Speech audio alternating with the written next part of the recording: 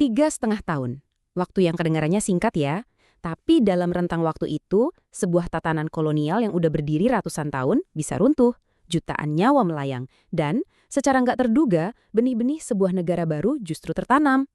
Nah, ini dia kisah paradoks pendudukan Jepang di Indonesia. Oke, biar paham konteksnya, kita perlu zoom out sedikit, lihat gambaran besarnya. Waktu itu lagi puncak-puncaknya Perang Dunia Kedua, dan Kekaisaran Jepang itu, lagi jaya-jayanya, menguasai wilayah yang luas banget. Nah, di tengah-tengah badai global inilah, nasib Hindia Belanda atau yang kita kenal sekarang Indonesia berubah total. Untuk membeda periode yang rumit ini, kita bakal bagi jadi 5 babak. Pertama, kita lihat gimana kedatangan Jepang disambut penuh harapan. Terus, kita bongkar cara kerja mesin pendudukan mereka.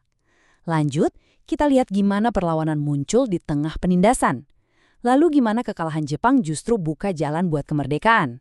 Dan terakhir, kita renungkan warisannya yang ternyata masih terasa sampai sekarang. Oke, kita mulai dari babak pertama. Runtuhnya kekuasaan Belanda yang udah berabad-abad, itu ternyata terjadi cepet banget. Ini membuka panggung buat kekuatan baru yang datang dari timur. Coba deh bayangin suasananya waktu itu. Setelah sekian lama di bawah Belanda, tiba-tiba datang Jepang yang memposisikan diri sebagai cahaya Asia. Mereka datang dengan janji manis, mau membebaskan saudara-saudara mereka di Asia dari penjajahan Barat. Ya, gimana nggak disambut dengan harapan kan? Coba lihat, perubahannya cepat banget kan? Tahun 42 itu semua tentang harapan baru. Masuk tahun 43, suasananya udah beda. Fokusnya geser ke militarisasi. Nah, begitu masuk 44 dan 45, saat Jepang mulai terdesak di Pasifik, justru disitulah momen yang paling ditunggu-tunggu tiba. Sebuah jendela kesempatan yang luar biasa. Begitu berkuasa, Jepang langsung merombak total sistem peninggalan Belanda. Nusantara nggak lagi dianggap satu kesatuan. Mereka pecah jadi 3 wilayah komando militer yang beda-beda. Satu buat Jawa yang jadi pusat ekonomi, satu buat Sumatera yang kaya sumber daya, dan satu lagi buat wilayah timur yang strategis. Ini kan strategi klasik banget, divide and conquer, pecah belah dan kuasai, biar nggak ada perlawanan yang terorganisir. Nah, sekarang gimana caranya Jepang ngontrol semua ini? Ternyata nggak cuma pakai senjata loh. Mereka membangun sebuah mesin pendudukan yang canggih lewat berbagai organisasi buat mengendalikan setiap sendi kehidupan masyarakat. Senjata pertama mereka itu bukan senapan, tapi propaganda. Lewat gerakan 3A, Jepang nge-branding diri mereka sebagai pemimpin Asia, pelindung Asia, dan cahaya Asia. Slogan ini diulang-ulang terus, tujuannya cuma satu, bikin rakyat Indonesia mendukung penuh mesin perang Jepang melawan sekutu. Jepang ini pintar banget mainnya. Mereka sadar nggak bisa mengontrol semua orang dengan cara yang sama. Jadi buat para tokoh nasionalis kayak Soekarno-Hatta, mereka kasih panggung lewat Putera. Buat kelompok Islam yang pengaruhnya besar, dikelola lewat MIAI. Dan buat rakyat biasa, ada yang namanya Jawa Hokokai. Beda-beda wadahnya tapi tujuannya cuma satu, memastikan semua elemen masyarakat bergerak sesuai kemauan Jepang. Nah, lihat bedanya dua gambar ini. Jomplang banget kan? Di satu sisi, ada wajah-wajah penuh harapan waktu penyambutan. Di sisi lain, realitas militarisasi yang kaku dan keras. Janji pembebasan dalam sekejap berubah jadi program mobilisasi besar-besaran untuk perang. Mobilisasi ini ada wujudnya. Mereka adalah para Heiho, pemuda-pemuda Indonesia yang direkrut jadi prajurit pembantu langsung di bawah komando tentara Jepang. Tugasnya berat, mulai dari bangun benteng, jaga kamp tawanan, sampai ikut terjun ke medan perang. Merekalah roda penggerak paling bawah dari mesin perang Jepang. Lalu, Jepang bikin langkah yang lebih besar lagi, membentuk PETA, alias Pembela Tanah Air. Dan disinilah letak ironi terbesarnya. Dalihnya sih buat membela Indonesia dari serangan sekutu. Tapi dengan begitu, Jepang malah ngasih pelatihan militer yang profesional ke puluhan ribu pemuda Indonesia. Jepang waktu itu nggak sadar kalau mereka lagi menciptakan cikal bakal tentara nasional yang nantinya bakal pakai semua ilmu itu buat melawan mereka dan merebut kemerdekaan. Oke, sekarang kita masuk ke bagian yang paling kelam dari cerita ini. Karena di balik semua propaganda dan organisasi itu, ada realitas yang brutal. Ada eksploitasi dan penderitaan rakyat yang luar biasa. Penting banget buat kita ingat, semua ini tujuannya cuma satu, ngasih makan mesin perang Jepang yang gak ada kenyangnya. Buat mereka, Indonesia itu bukan negara yang harus dibebaskan, tapi lumbung raksasa. Lumbung sumber daya alam dan manusia yang siap dikuras sampai habis.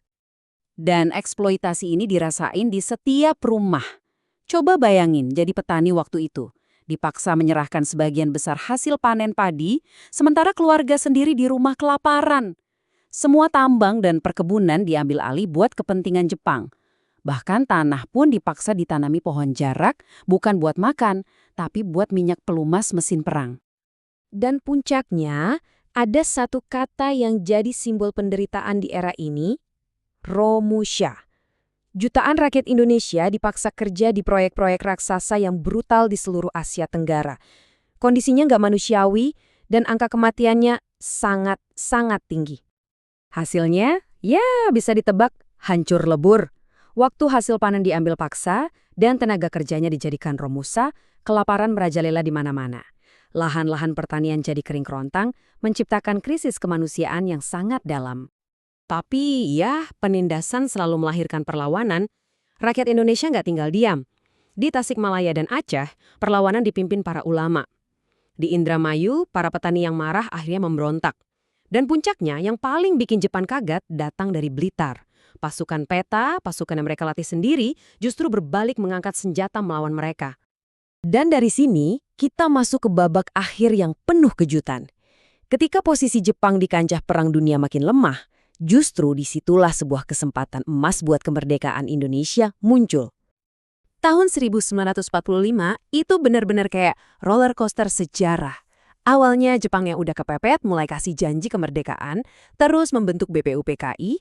Tiba-tiba di bulan Agustus, 2 bom atom mengubah segalanya.